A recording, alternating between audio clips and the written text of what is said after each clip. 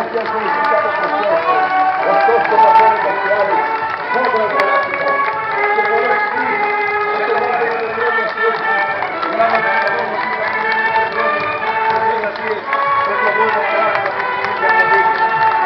Άρα λάβει το 20ο σχολικό σχολείο Ηλιούπολη. Για αυτή τη φωτιά, κάτω από τα σίδερα, με τις μαύρες χάρες και τα δόντια του ήλιου.